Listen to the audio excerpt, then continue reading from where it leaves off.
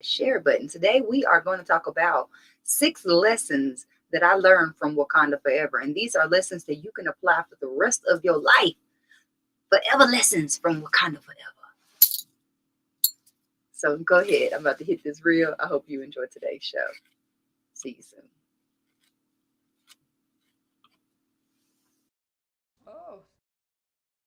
The enigmatic entrepreneur whose words will make you sure. Know, trust, and believe. The master teacher has come to help you succeed. The gem dropper, the truth speaker, the voice in the universe that will bring you to your highest peak. Welcome to the Get High on Motivation Show with Mimi the Motivator, your favorite motivator's favorite motivator.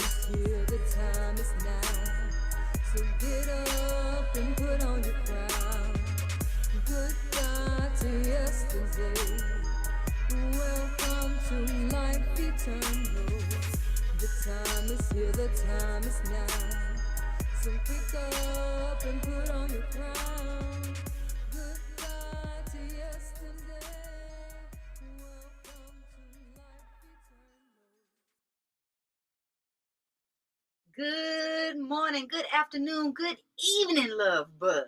Today we are talking about some forever lessons that you can apply to your life for the rest of your life. These are lessons that I took from the movie Wakanda Forever. So whether you have seen the movie or not, spoiler alert, I'm going to do my best not to spoil it for you too much, just in case you haven't seen it. But let's call this like a preview, if anything else, a preview to the lessons that you need to be picking up on or picking up and putting down in your life starting today. So my name is Mimi the Motivator. I am your favorite motivator, and this is the Get High on Motivation Show. We get together once a week, me and my love bugs, just so we can talk about how we can become 1% better in one area of our life. Because if we keep on being 1% every single day, 1% better every single day, 1%, just 1%. It's not a whole lot, but it's a little bit that adds up to a whole lot of change and a whole lot of difference in your life, in your relationships, and especially in your bank account. We talk about the 4 pillars of wealth, which are mental health, physical health, spiritual health, and financial health, because without any of them, honey, life just is not that glorious. But we are all about doing what we can do and getting from where we are to where we desire to be. I'm a holistic leadership development expert. I love, love, love, love helping social entrepreneurs and organizations increase their productivity and profitability without even discussing those numbers, because it's really not about those numbers. To get to that bottom line where you want it to be, we have something else to talk about. So if you are ready, get your pen and paper ready. If not, do what you need to do. But we're going to get started. So today's food for thought. Today's food for thought comes from Queen B, Beyonce, from her song called My Power. She says, they'll never take away my power. They feel away. Oh, wow. They feel away. Oh, wow. They'll never take away my power. No one can take away your power. They might take away your job. They might take away your position. They might take away your title. They might take away your license to do something. They might take away, who knows? People's children can be taken away. Your parents can be taken away. Your grandparents, your business partners, all kind of things can be taken away. Your car can get repoed because it happens to people in real life. But what cannot be taken away is your power, love bug. Your power resides in you. Your power is not something living with some old man with a gray beard up in the sky. Your power lives within you, and it is our job to tap into that power every single day. It is my power to direct you to that power and teach you how to hone that power and make that power yours, because it's already yours. So be sure that you are taking advantage of the power that lives within you. You don't have to plug in, but you do have to plug into yourself. You have to plug into your higher self, to your higher power, infinite intelligence, source energy. Call it whatever you like, whatever works for you. But know that the power is yours and no one can take it away from you. It is not anything that you can buy. It is not even anything that anybody can give you. It is something that you inherently possess. It is your divine birthright to be powerful.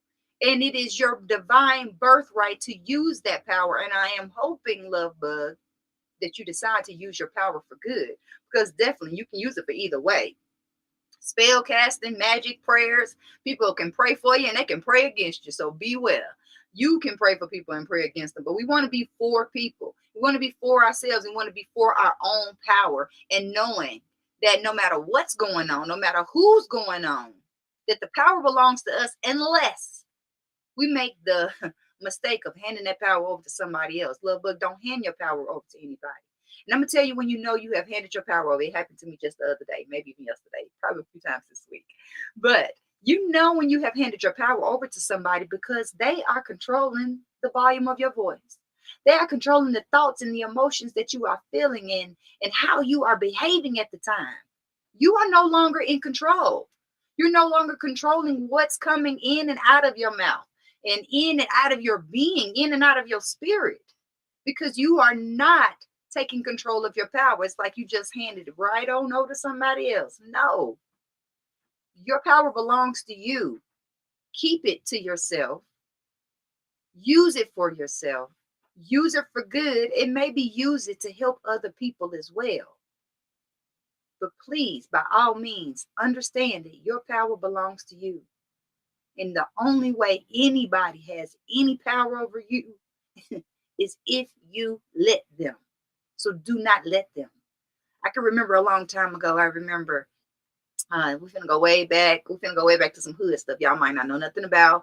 When you put your lights in somebody else's name, put your lights in your child's name. Now your child has the power to call down there to the light company and cut the lights off.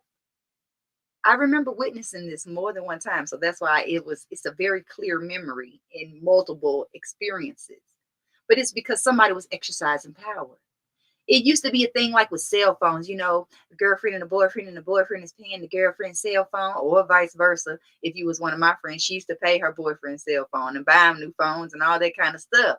But I guess it made her feel like she had some power. No one has power over you. I don't care what they pay for. They do not have any power over you.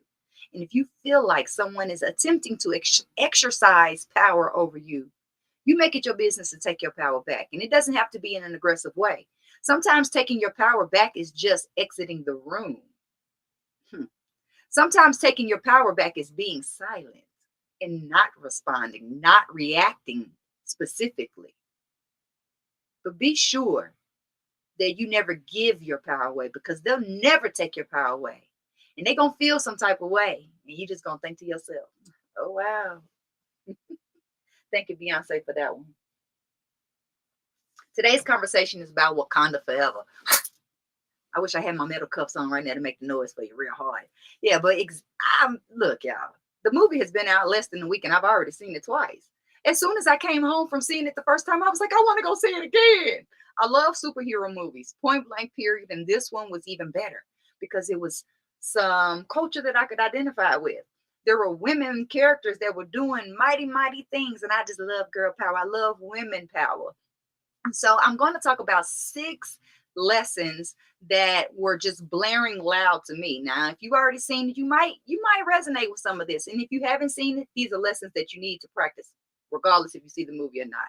So the first one is to know your value, and the value of what you have. At the very beginning of the movie, we have the Queen of Wakanda coming into like a UN type of scenario, and they're trying to tell her, well, listen, we know you got that vibranium over there, and you're not sharing it with us. And we know that it can have the power to have mass destruction. So the thing is that the Queen recognized, honored, and said she knows exactly what she has. Her country has had it forever. They know the value of it. They know the power of it. And because they know the value, because they know the power, is why they're not willing to just give it away. Ooh, I love how the food for thought already gets woven. I didn't do this on purpose, I swear to God. Okay, for real. Look, you have to know your value. And you have to know your value is not just what's on you. Your value is what is in you, your inherent qualities, your inherent abilities. Your value is also some of your material things. And if you have something that is of great value, it could be content, it could be a car. It does not matter. If you have a house and you are selling your house and you know your house has value, then just don't take any price for it. You have to know the value of what you have.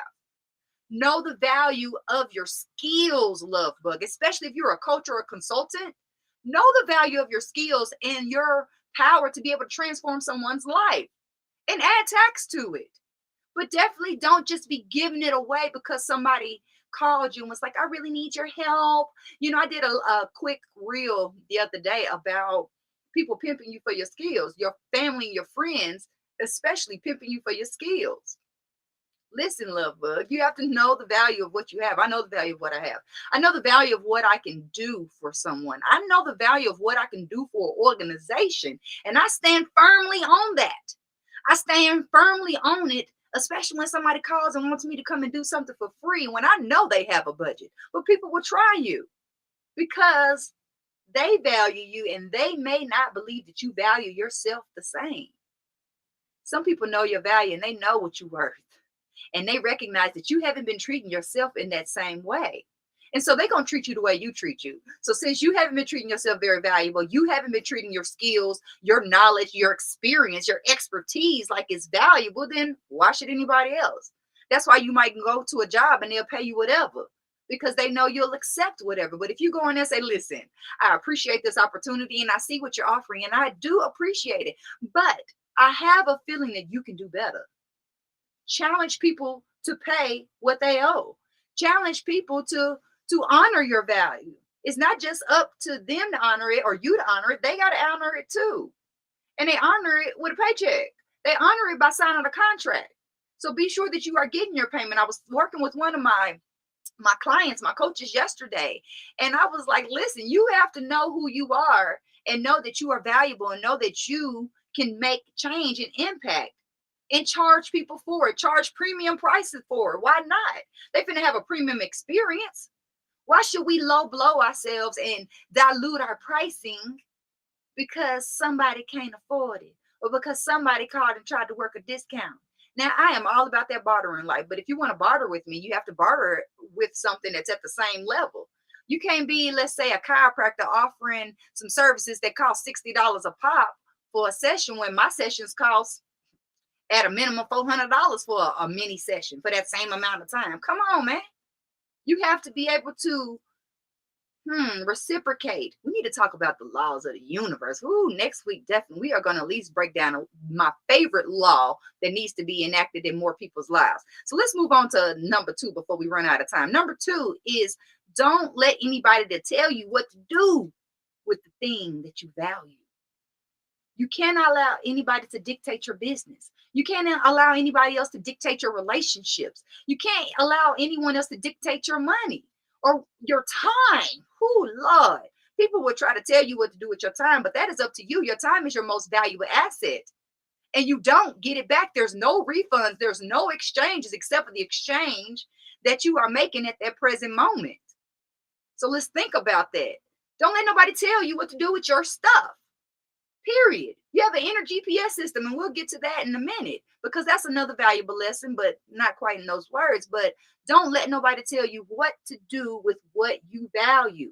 If you have created a business, if you have created an idea, you've created a program, no one can tell you how to handle that thing but you. But that's going to lead me to lesson number 3. That does not mean not to be open to counsel. Be open to wise counsel. Wise counsel, meaning somebody has already done this. So yes, they can tell you what they've done. They can tell you what didn't work for them. The only other person that can tell me how to do something is somebody who has completely deconstructed whatever this concept may be.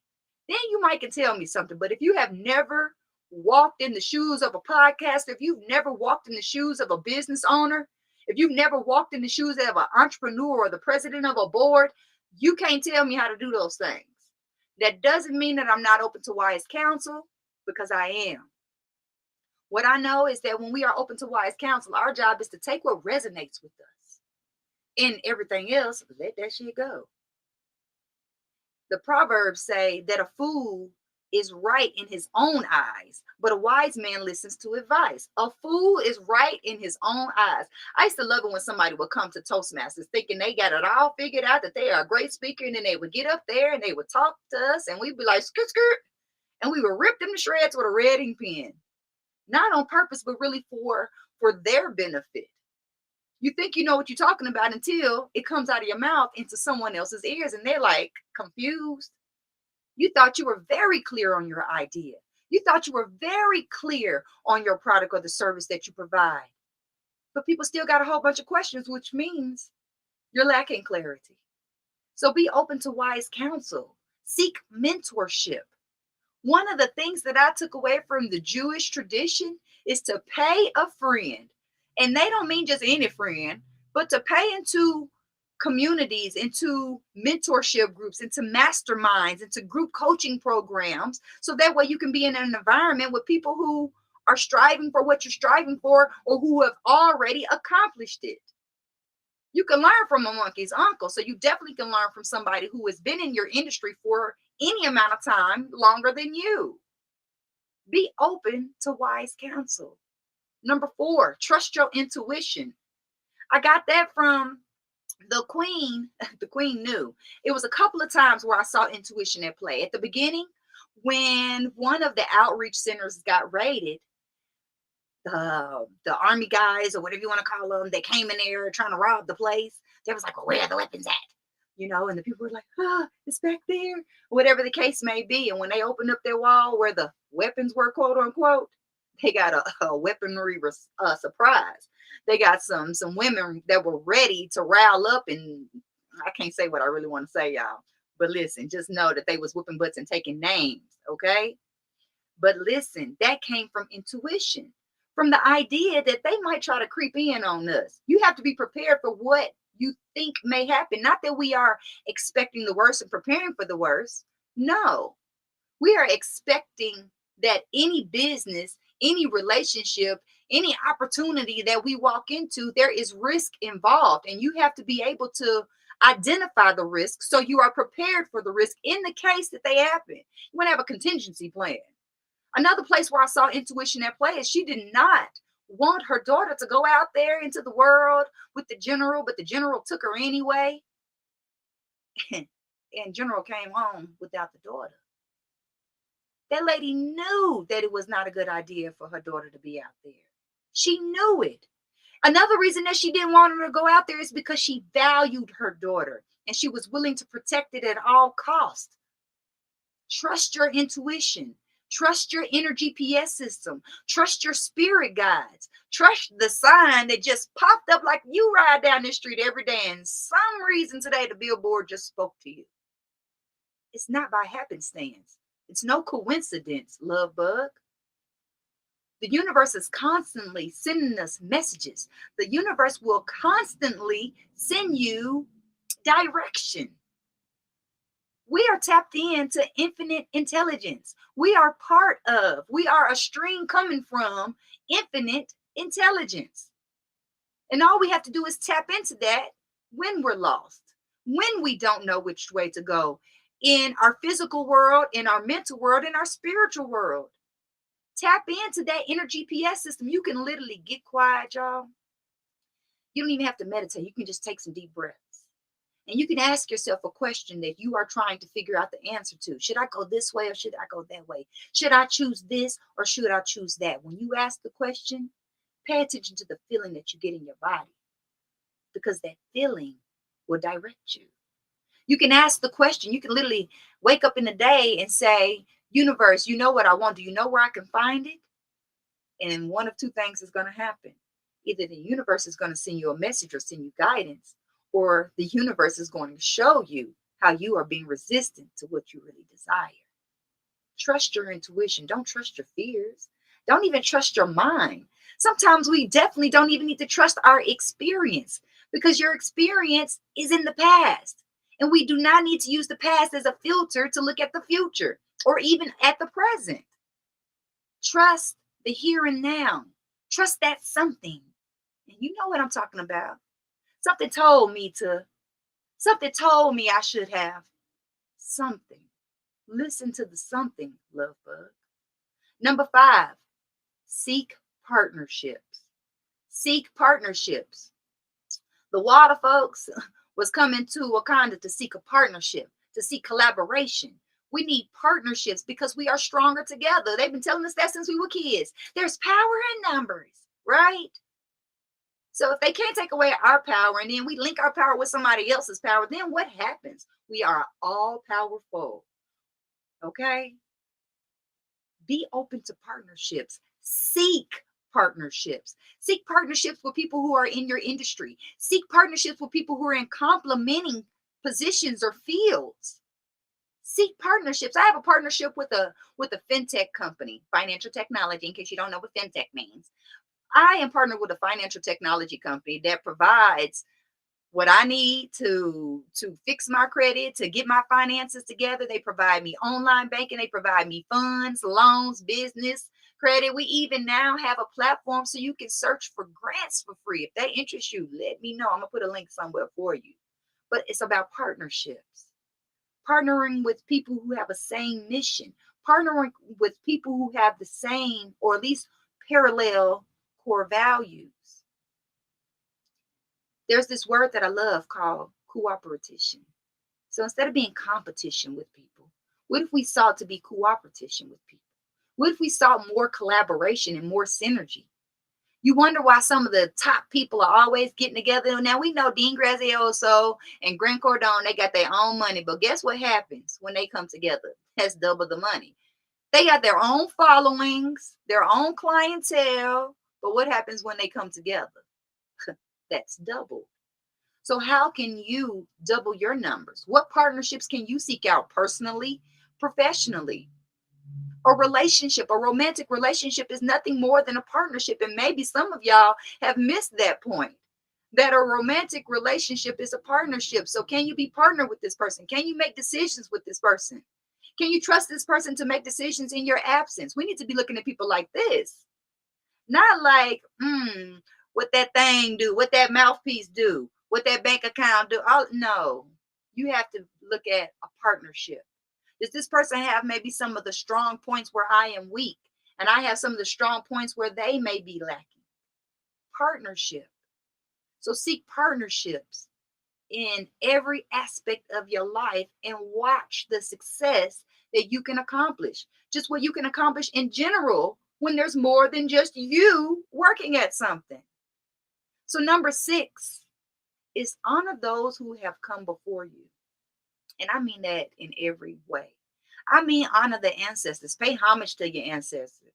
It was my uncle's birthday the other day. And when I was a young person, when he was alive, and he's been gone about 20 years, close pushing on 20 years, we would smoke a joint and drink a beer. We would drink a 40. So, just about every year, I partake in that. It doesn't matter if I've been partaking or not. That is the way I honor my ancestors. Off of my mother and I used to drink Martell on her birthday when she was alive. So now, in her absence on her birthday, I drink Martell. On Memorial, the day she died, she was coming from karaoke on Jack and Cokes or whatever you want to call it. And so I like to do some karaoke to honor my ancestors. But I also like to honor Ocean, the Orishas. I might put some orange and some cinnamon out. You know what I'm talking about. You done been to the nail shops and you see their little altar and they got some little food and some water. And you wonder who they feeding. They're honoring their ancestors. The other way we can honor those who came before us is honor the people who are in the industry who came before you. I'm going to tell you a good example and a bad example. I'm going to start with the bad example first. It's one of my favorites. Somebody might be offended by this. I do not care. Nicki Minaj. Nicki Minaj did not pay homage to who came before her, as in Lil Kim. When Nicki Minaj came out, y'all, Nicki Minaj did everything that Lil Kim had already done 10 years prior or more. But would act like she was brand new and doing all this brand. No, sweetheart. You are just a new and improved version. You like Lil Kim 2.0. Period. But then I look up to someone like Les Brown, who always gives callback and pays homage and edifies Zig Ziglar. Anybody who is a real speaker who has been successful, especially of a certain age. I ain't gonna talk about my younger folk. They don't know about Zig Ziglar. They're like, Zig who? Zig Ziglar gets props because Zig Ziglar poured into people, but he was the one who did it well. So look at your industry, whether it's your current industry or the industry you're looking at moving into. Who did it the best? Who's doing it the best currently? And pay homage to them. You don't have to give them a call. You don't got to write no fan letter or nothing like that, but give homage to where you have gotten what you've got. Where did you learn what you learned? It might have been your mom. Pay homage, but give edification where it belongs, because edification is appreciation. We need to appreciate those who have paved the way for us in the different areas of our life. There are people who have paved the way for me to be able to have this podcast. There are people who have paved the way for me to sit at certain tables that I sit at now, where I know I would not have been welcome at 20, 30, 40, 50 years ago, definitely not 100. But we have to pay homage for the people who paved the way, who made what we're doing possible, whether we know them in real life or not, whether they did something directly for us or not. Sometimes I honor the people who have done the stuff that made me have to go sideways and end up where I am today. I honor the lady who locked me out of the radio station, because if she didn't lock me out of that radio station 5 years ago, we would not be sitting here having this conversation today, love bug. So honor where you came from. Honor the people who came before you and who are paving the way for you now. Honor those who are doing it big now. And it's okay. Because it's kind of like back when we was kids, whatever I say, I'm rubbing you glue. Whatever I say bounces off, what it bounces off of me and sticks to you. Let's bounce some compliments off. Let's bounce some love off and let that stick to some people. I've talked enough, love bugs. I know I'm looking at the clock. I appreciate you. I appreciate you taking the time to invest in this conversation with me. I appreciate you for being committed to yourself, being committed to your greatness. Because if you weren't, you wouldn't be listening to the show. You definitely wouldn't be listening to the end. See, the half steppers, they listen to the beginning, get a little bit of juice, and they go on about their business. But those who are really invested in transformation, those who are really invested in shifting their paradigm, are those who stick to the end. Those are the ones who come back each and every week. Those are the ones who hit the share button and share this with their people, share it with their friends, share it with their business partners, because they know that there's a message in there for the people that they love. I know there's always a message for me. And I hope and pray and believe that there's a message for you, love. Continue to be 1% better in one area of your life every single day. Let me say that again. I feel like I stumbled over my words. Be sure that you are being 1% better in one area of your life every single day. And you'll get there, I promise. I am Mimi the Motivator, your favorite motivator's favorite motivator. This is the Get High on Motivation Show. I love you. I appreciate you. And I better see you next week. Be happy, be healthy, and be you.